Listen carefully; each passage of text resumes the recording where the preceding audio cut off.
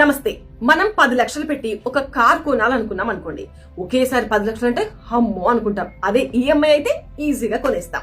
వెహికల్సే కాదు, home loan అయినా ఇతర గృహావసరాలైనా సరే ఒకేసారి అంటే కాస్త వెనుకడిగేస్తాం.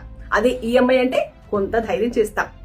ఇవేవి మనకు అత్యవసరం కాదు కాబట్టి కొన్నా కొనకపోయినా చెల్తా, లేదా ప్లాన్ ని పోస్ట్ పోన్ చేసుకున్నా కూడా ఇబ్బంది ఉండదు. కానీ అత్యవసరం అయితే అప్పుడేంటి పరిస్థితి? సడన్ గా ఏదైనా హెల్త్ ఎమర్జెన్సీ వచ్చి డబ్బు అవసరమైంది అనుకోండి, అప్పుడెలా? అందుకేగా హెల్త్ ఇన్సూరెన్స్ తీసుకున్నాం అంటారా? చాలా బీమా సంస్థలు చికిత్సకైన ఖర్చును పూర్తిగా చెల్లించకపోవచ్చు. మరి మిగతా డబ్బును సర్దడం ఎలా? కొన్ని చికిత్సలకు అసలు హెల్త్ ఇన్సూరెన్సే వర్తించదు. మరి అప్పుడెలా? ఎస్, అలాంటి ఆపదల్లో ఆదుకోవడానికి కొన్ని సంస్థలున్నాయి. వీళ్ళు మీకు అవసరమైన డబ్బు సహాయం చేస్తారు. అడిగినంత మొత్తం కాకుండా అందులో 60 నుంచి 80% వరకు మాత్రం ఇస్తారు.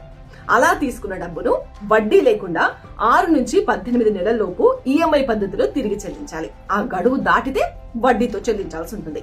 సొంత వ్యాపారం లేదా ఉద్యోగం చేస్తున్నా సరే నెలకు కనీసం 15,000 ఆదాయం వస్తూ 18 నుంచి 50 ఏళ్ల లోపున్న వారు ఈ సంస్థలను సంప్రదించవచ్చు.